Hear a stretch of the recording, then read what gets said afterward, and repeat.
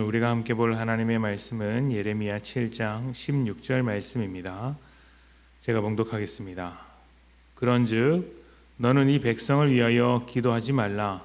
그들을 위하여 부르짖어 구하지 말라. 내게 간구하지 말라. 내가 내게서 듣지 아니하리라. 아멘. 하나님께서 흙과 생기로 사람을 창조하셨을 때 우리가 쉽게 눈치채지 못하는, 알아채지 못하는 또 하나의 재료로 이제 하나님을 창조하셨습니다. 흙과 생기가 아니라 또 하나의 재료가 있었다는 것입니다. 바로 관계입니다.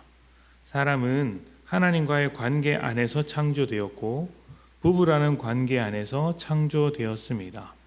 관계는 사람이 창조할 때 굉장히 중요한 요소였기 때문에 관계 없이 살아갈 수 있는 사람은 단 한 사람도 없습니다. 사람들과의 좋은 관계가 필요하고 무엇보다 하나님과의 좋은 관계가 필요합니다. 자, 그렇다면 좋은 관계를 만들기 위하여 필요한 것은 무엇이 있을까요? 여러 가지 것들이 있겠지만 제일 중요한 것 중 하나를 꼽으라면, 그 중에서 가장 중요한 것 하나만 꼽으라고 한다면 바로 대화일 것입니다. 대화는 서로를 이해하고 알아가는데 반드시 필요한 것입니다. 대화하지 못해서 깨지는 관계가 얼마나 많습니까? 또 가족이라고 해도 대화가 사라지면 소원해지고, 또 오랜 친구라도 대화가 없으면 그 마음을 이해하기가 참 어렵습니다. 또 때때로는 잘못된 대화법으로 인해 관계가 깨지고 꼬이는 경우도 많이 있습니다. 그래서 좋은 관계를 위해서는 대화의 기술을 익혀야 한다라고 말하는 사람도 있죠. 여러분은 좋은 관계를 만들고자 할 때 어떻게 대화하는 것이 좋겠다고 생각을 하십니까? 전문가들에 따르면 공통된 의견을 제시하고 있는데, 감사하는 대화, 감사의 대화가 관계를 만들어 가는데 가장 좋다고 합니다. 큰 일, 작은 일 가리지 않고 고맙다고 말할 수 있는 사람은 누구와도 좋은 관계를 만들어 갈 수 있는 것이죠. 또 나에게 좋은 일뿐만 아니라 나쁜 일이 찾아왔을 때에도 그 속에서 감사를 고백할 수 있는 사람을 보면 주변에 있는 사람들이 좋은 관계를 맺고 싶어 한다라고 이야기를 합니다. 저는 이런 이야기를 들으면서 하나님의 관계, 하나님과의 관계를 생각해 보았습니다. 십자가의 은혜를 생각하며 감사하는 사람, 작은 것이라도 주어진 것에 감사하는 사람은 하나님과의 관계를 절대 실패하지 않을 것입니다. 반대로 감사하지 못하는 사람은 하나님과의 관계가 좋을 리 없습니다. 오늘 말씀은 하나님께서 예레미야에게 이스라엘을 위해 기도하지 말라고 하신 말씀입니다. 기도는 하나님과 대화하는 것이라고 말하지 않습니까?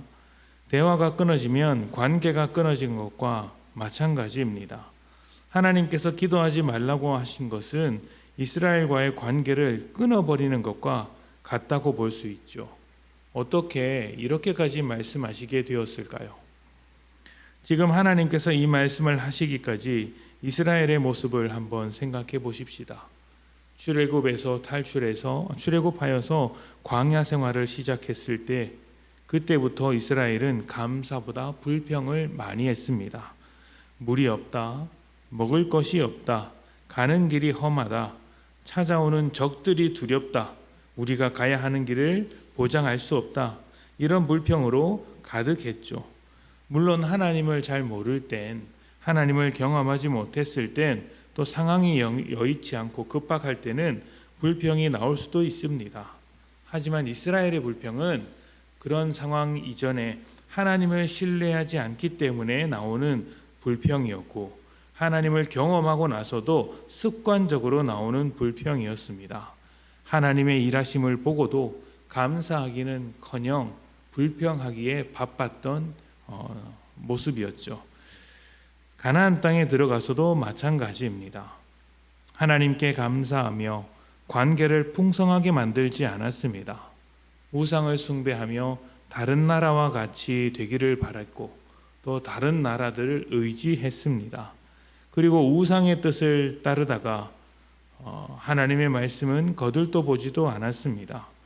대화가 관계의 핵심이라고 말씀을 드렸죠. 이스라엘은 하나님과 제대로 된 대화를 해본 적이 없었습니다. 하나님의 말씀을 듣지도 않았고 하나님께 감사하며 기도했던 적도 없었던 것입니다.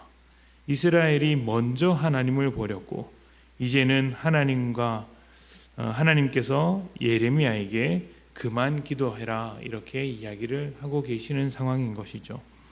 물론 하나님은 이스라엘을 버릴 생각이 없습니다. 기도하지 말라고 하신 것도 이스라엘을 너무 사랑하시기에 사람을 너무 사랑하시기에 답답해서 하시는 말씀이지 변치 않으시는 하나님은 여전히 사람들에게 말씀하시며 여전히 사람들에게 귀를 기울이시고 여전히 찾아오시는 하나님이십니다. 다만 이 상황이 너무 답답해서 기도하지 말라, 속상해서 기도하지 말아라 이렇게 이야기를 하는 것이죠. 중요한 것은 변하지 않는 하나님 앞에 선 우리들입니다. 기도하지 말라고까지 말씀하신 하나님의 진짜 심정을 이해한다면 우리는 어떻게 해야 할까요? 하나님과의 관계를 회복하기 위해 더 자주 대화하고 더 자주 기도해야 하지 않겠습니까?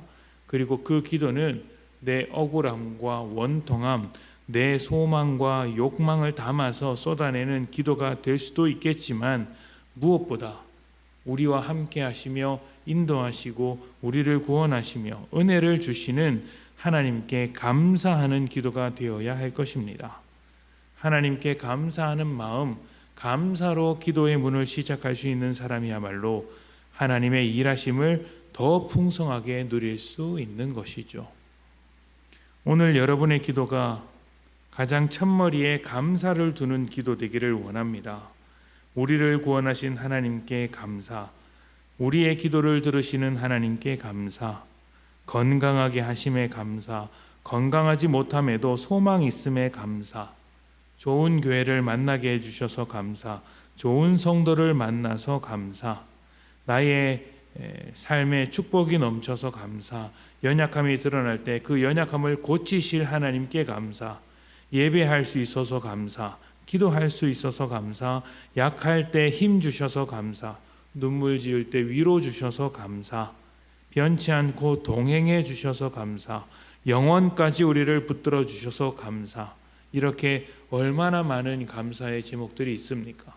제가 말씀드리지 않아도 훨씬 더 많은 감사의 제목이 여러분의 삶에 있다는 것을 기억하셨으면 좋겠습니다.